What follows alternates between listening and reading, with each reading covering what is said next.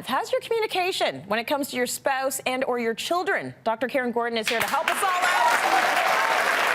People could use the help. When it comes to relationships, communication is key, Yes, and some of us get a little lazy about it. Yes, and we want like quick little tips, right? Yes. Like things that are easy, that we can kind of just do it. So I always like to start with some really interesting research. So University of Kansas found that the more that parents can actually have multiple types of communication is great. So texting, you're actually encouraging parents to be texting. Oh, really? Yeah, Good. email, right? The FaceTime, you know. Snapchat. People do Snapchat with their teens. Yeah, so have as many different ways. And I Okay. love this stat from The Economist. So this is interesting of how far we've actually come. In the 1960s, an average mother would spend 54 minutes with her children. Today, it's about 104 minutes. So we've actually increased. But where it gets really exciting is the dads. So back in the 1960s, only 16 minutes a day. Wow.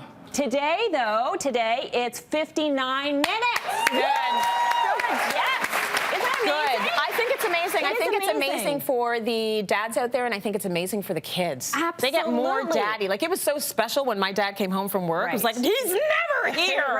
Oh, my God. But now it's like they're getting daddy and they're getting mommy, or daddy and daddy, or mommy and mommy, whatever the configuration is. But they're getting all that parent time. I totally agree. And I feel like I have strengths, my husband has strengths. You have strengths, your husband, and so it's the combo that is just like actually so powerful. So these are 5 simple tips we can apply to our children and or your spouse. I love it. I'm so listening to this. Okay, all right. Here we go.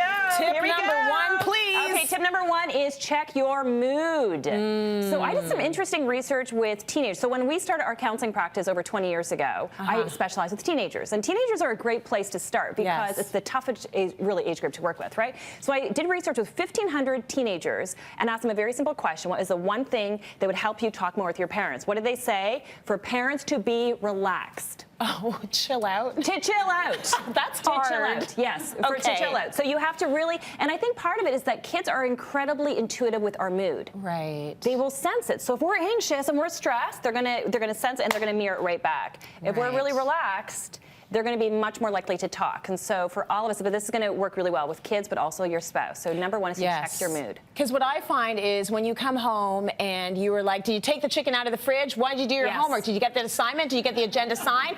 Why is the tire still flat on the car? That's right. They're not going to be talking. No one wants to talk to you. It's weird. It's weird. Yeah, so you can't be that person. It's so hard to not be that person, though, because you come home and you literally have a list going on in your head that you've been building all day while you've been at your job, but you know that your second job's at home, and you want everything to be okay, and it never is. Right. And I think sometimes the challenge when we talk about those minutes of the, that 1 hour, so much of our communication can really be transactional. Yes. Right? It's kind of like all the things that we're kind of doing instead of really connecting. Yes. And so the first thing you want to do is check your mood. Okay, I like that advice. You're going to love the second one. The second one. And you know, I love being a mom. You know, I'm a professional, but I'm a mom. Right? And so I love, I often tell my kids, I'm like, I feel like you guys are like the little, you're like the guinea pigs. Like, I like kind of, try things out with you guys. Right? And then I'm like, oh, this actually really works. And this is a good one that actually worked actually in our home. So the second tip is play first. Yes. Talk second. Okay. Okay, so if you have, I love eye contact for communication. It's great.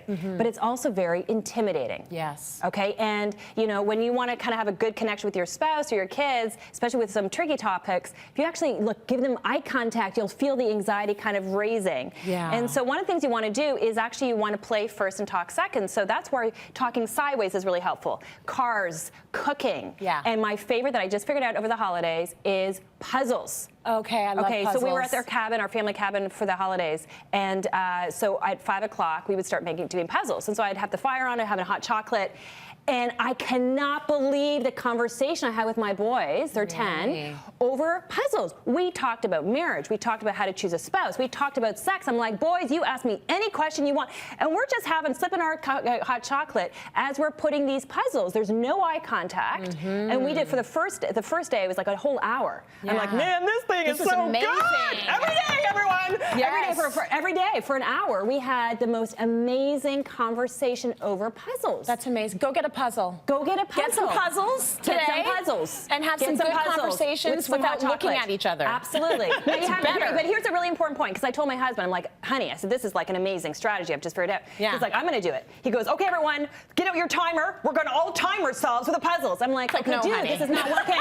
This is not working. Everyone, and he's like, don't talk to me. Don't talk to me. He's like, as he's kind of got his timer. I'm like, hey, this is not working. This is not This is not working. So you want to make sure that you're doing something that's relaxed. That's right. No eye contact. No eye contact. No eye contact. I can't believe we're only at like tip number 2 and we've got a minute left. Okay. But it's because I really love this topic. But anyways, go to 3. Okay, go to 3. See as much as we can get in. This is really fast. I call it my 5-over-1 strategy. Okay. Okay, so if you ask a girl, how was your day? She'll give you a wonderful long answer. If you ask a son, a lot of times they'll be like, good. It's all right. Bad. Yeah. It's fun. It's okay. You know, kind of like even half a word, okay? Yeah. So what I found is that if you ask very specific questions, they're much more likely to respond. Yeah. So I used to, for a long time, I would do give me your high and give me your low for your day, and I give much more.